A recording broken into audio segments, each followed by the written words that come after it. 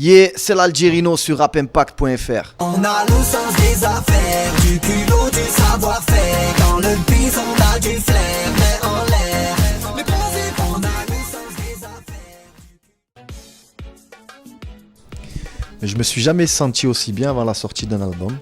Donc je suis détendu, calme, serein. Ouais, en termes de chiffres, j'ai un peu plus d'ambition que d'habitude, vu que les choses se passent très bien. Les 3 signaux que j'ai envoyés, les 3 titres que j'ai envoyés cartonnent. Donc on va essayer de concrétiser ça en vente. Alors c'est la loi de l'offre, j'appelle ça la loi de l'offre et de la demande. Pour vendre beaucoup de CD, il faut que tes CD ils soient en rayon. On est d'accord ? Et pour que tu sois en rayon, il faut être diffusé en radio et en télé. Parce que les commerciaux, lorsqu'ils vont commander des CD, ils vont d'abord se renseigner est-ce que tu tournes à Skyrock, sur Énergie. C'est comme ça qu'ils font les commandes. Donc forcément, tu ne peux pas vendre 400 000 CD quand il n'y en a que 10 000 la première semaine. Il n'y a toujours pas de grande radio nationale qui me joue malgré les cartons qu'on fait avec les titres en streaming et sur YouTube. C'est la question que je pourrais te poser à toi. Pourquoi mes titres ne passent pas en radio ? Je sais pas.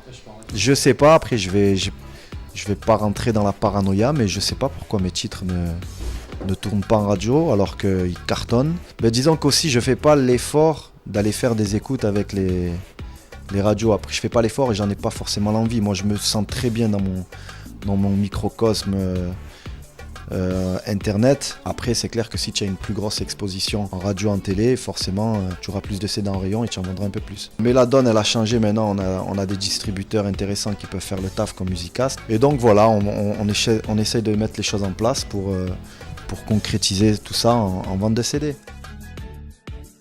Ça n'a pas duré très longtemps mon aventure chez Monstre Marin, ça a duré je crois, on va dire 4 mois. Et j'ai rompu le contrat. On va dire, j'étais déjà en pourparlers de rupture de contrat avant la sortie de l'album. Parce que tout simplement que c'était un label très très très jeune. En plus, j'ai beaucoup d'habitude de travailler en indépendant. Là, on était en maison de disque, c'est beaucoup plus protocolaire et tout ça. Mais c'était surtout un label très jeune. Et j'estime que quand tu es là à un mois de la sortie de l'album et que tu appelles dans le bureau et que ça répond pas trop, c'est qu'à un moment donné... Il y a peut-être une anguille sous roche. Donc j'ai préféré repartir en indépendant. Et la preuve c'est que ça fonctionne largement mieux. Et même artistiquement, je me sens un peu plus libre et je fais vraiment ce que je veux. Tu vois, comme moi quand je fais un clip, je vais pas... Il n'y a pas de chef de projet, il n'y a pas de DA, il n'y a pas de DG. Mais tu sais, maison de disque, tu es là, ils écoutent un album, ça choisit les singles. Pas forcément des singles que tu voudrais mettre en avant. Tu sais, dans un album, tu as des titres que tu as envie de mettre en avant parce qu'ils ressemblent plus à l'album. Et il y a des gens qui vont prendre les titres les plus radiophoniques, mais qui ne sont pas forcément à l'image de l'album. Donc c'est tous ces trucs-là qui ne m'intéressaient pas trop en maison de disque.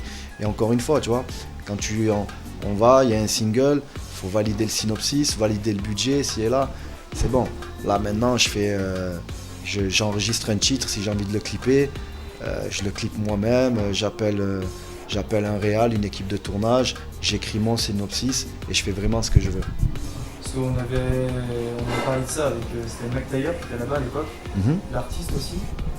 Et eux, ils nous avaient dit justement qu'ils étaient très libres et que ça n'avait rien changé pour eux de passer de indépendant à Monstre Marin. Ils ont eu énormément de chance, eux, c'est que moi j'étais le premier projet de ce label. Les équipes ont changé après ? Les équipes ont changé et voilà, les équipes, moi il n'y avait pas encore d'équipe dans le label, tu vois. Il y avait 1-2 personnes que j'avais de temps en temps au téléphone, sinon je faisais tout moi-même, c'était compliqué. Donc eux ils ont bénéficié d'une vraie équipe après.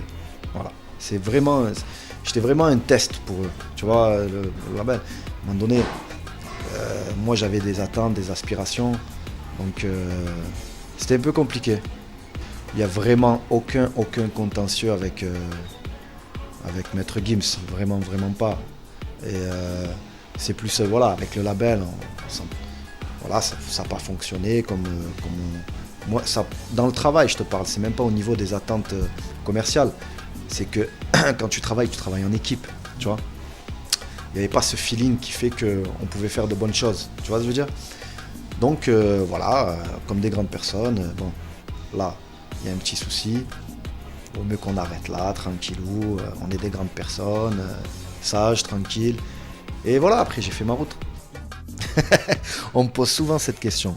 Alors j'aime bien, moi déjà, tu sais déjà, à mon avis, si tu as cliqué sur Banderas, c'est parce que tu as vu l'intro. C'est pas l'acting qui m'intéresse le plus, c'est la scénarisation. Écrire des scénarios, j'aime bien.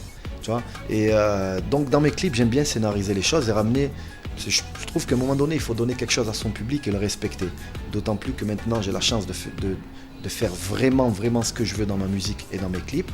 Donc, je donne et je donne. Donc, il y a des intros qui peut-être peuvent paraître un peu longues, mais tu sais, le mec sur internet, il a cliqué sur l'intro, il a kiffé. Bon, c'est vrai que quand il veut réécouter la chanson, ça lui casse un peu les couilles, donc il est obligé d'un peu de zapper l'intro. Mais voilà. Après, acteur, ça reste quand même un métier, je pense. Je sais pas si j'ai le talent pour faire acteur, mais en tout cas, écrire des scénarios et tout, ça je kiffe. Embrouillant des boules, y'a air. Arrête de faire tes manières. Je tire en l'air en roue arrière. Ben, Alonso, c'est mon ami d'enfance, hein. On a grandi ensemble, on se voit très souvent, on s'appelle très très souvent. Nos discussions ne tournent vraiment pas autour du rap. Le rap entre nous, c'est vraiment secondaire. Et pour partager quelque chose d'artistique, tu sais, une journée studio, c'est... Voilà, je partage avec un mec avec qui j'ai du feeling. Tu vois, lui c'est un ami, donc quand on se retrouve en studio, il se passe des choses. Faire un titre, c'est pas la finalité, c'est passer un bon moment. D'ailleurs, Alonso, il est sur mon album, on a fait un très gros titre qui s'appelle Savastano. Et voilà, quand on rentre en studio ensemble, la première chose qu'on se dit, c'est quand je vois Alonso, je dis Alonso, là, on fait une journée de studio, le morceau il est bidon, on le jette. Le morceau il est moyen, on le jette. Le morceau il est bien, on le jette. Faut que le morceau il tue. Il me dit mais normal, l'essentiel, on va passer un bon moment en studio, on va rigoler comme d'habitude. Et il s'est avéré qu'on a eu un petit instant de magie. Et au bout de 1-2 heures, une heure ou deux, on avait déjà 90% du morceau. On s'est amusé, on s'est régalé, ça a donné ce titre. Voilà. Je fonctionne vraiment, vraiment au feeling. Moi je trouve ça magnifique. Surtout que c'est des gens qui se sont fait, on va dire, c'est pas le même procédé qu'à l'époque. À l'époque, il fallait pousser les gens en radio pour que ça prenne. Là, c'est des gens qui envoyaient des titres sur internet, compris par la force des choses. Eux, ils sont arrivés vraiment à l'ère d'internet où ça a explosé. Tu vois. Donc c'est une victoire pour le rap français. Et limite, ça m'a conforté dans ma démarche de faire un album sans radio, sans télé et d'envoyer des clips sur YouTube. Alors, mes réseaux sociaux, je les ai récupérés en 2014. Donc à la base, je suis vraiment pas réseaux sociaux. Tu vois, j'avais même pas de compte personnel Facebook. J'étais même pas dans ça. J'ai récupéré mon Facebook. C'est vrai que je suis plus Facebook que Twitter ou Instagram. Là, on est sur Snap aussi. Un artiste comme moi qui n'a pas de radio, pas de télé, mon seul vecteur de communication, c'est mon téléphone, c'est mon Facebook, tu vois. Donc, on est obligé de travailler avec ça. Mais ça va, sur Facebook, on est là quand même. Moi, mon principe à moi, c'est d'abord la musique, il faut qu'elle parle, il faut qu'elle soit forte. Tu sais, en 5 clips, je suis presque à 182 millions de vues. Si j'arrive à durer dans le temps, c'est que j'arrive à me renouveler dans ma musique, que ma musique elle est intéressante et qu'elle reste encore dans l'air du temps et que je suis un peu avant-gardiste. Et j'ai envie de faire des beaux clips. C'est ça mon vrai outil, mon vrai vecteur de communication. Tu vois, mon public, il n'est pas qu'en France. J'ai la grosse fanbase, elle est en France parce que mon rap, il est français. Mais voilà, je suis l'un des rares en France à s'exporter, en Allemagne, en Hollande, en Belgique, en Roumanie, au Canada, au Maghreb. Tu vois ce que je veux te dire? Ce qui me donne envie de continuer, tout simplement, c'est que je tourne énormément. Je fais beaucoup de concerts, beaucoup de showcases. Je crois que j'étais même en France le précurseur des showcases. Moi, je me rappelle qu'en 2009-2010, je tournais déjà à toute patate dans les clubs, même dans certaines chichas et tout. Et tu voyais les rappeurs qui me disaient « Ouais, mais comment tu tournes dans les trucs? Non, mais c'est pas comme ça, là. » Et maintenant, tu les vois tous faire des showcases. Tu vois? Donc, je suis un peu leur grand-père des showcases, si tu veux. Et en fait, on a développé une certaine économie. En tout cas, moi, pour ma part, j'ai développé on va dire une économie qui n'est vraiment pas négligeable, qui me permet de me dispenser de tout ce qui est vente de CD. À l'époque, les gens, ils passaient en radio, ils passaient en télé. Et il avait pas d'argent pour s'acheter des cigarettes, le mec. Tu vois ce que je veux dire? Ouais. C'est moi, j'ai réfléchi. Je me disais, je passe pas en radio, je passe pas en télé, mais j'entends mes musiques dans les voitures, sur internet, elles sont là, tac. Donc il y a un public, il est là, faut aller le chercher. J'avais pas de tourneur.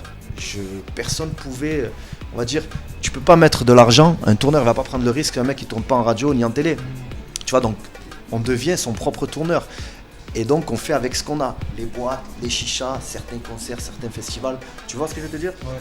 Donc j'ai optimisé tout ça et je me suis inventé ma propre économie. Ouais, tu t'es adapté. Et il y a beaucoup d'artistes à l'heure actuelle qui se sont calqués un peu sur cette économie avant-gardiste. Pour en revenir aux ventes de CD, comme je te dis, c'est un serpent qui se mord la queue. Quand tu vas à Carrefour, on te met du Amora, ou on te met que ça, tu vas consommer ça.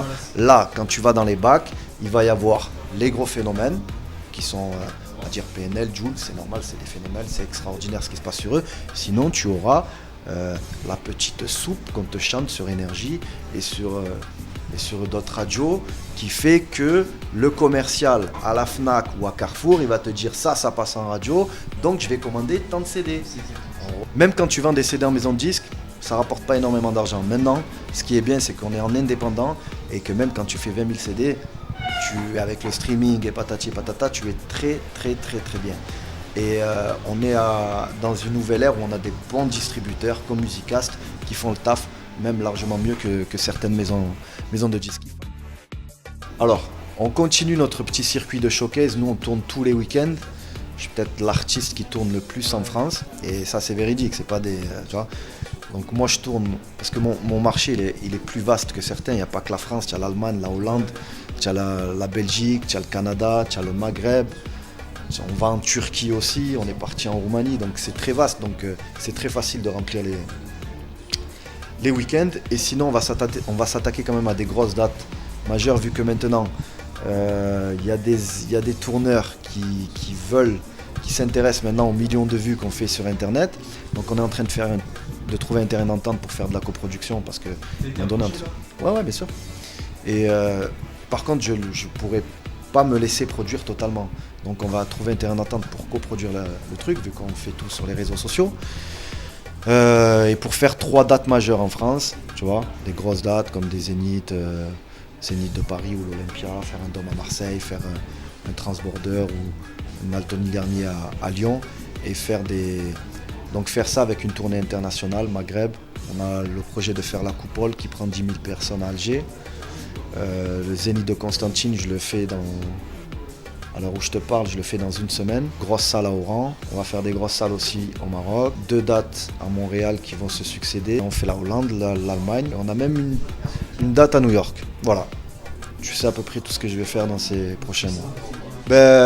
Ce fut agréable. Alors, je vais pas te cacher, j'en disais à celui qui se charge de ma promo. Je suis pas très promo et j'aime pas trop cet exercice-là, mais quand il y a des interviews intéressantes et des questions intéressantes, ça fait toujours plaisir. Voilà.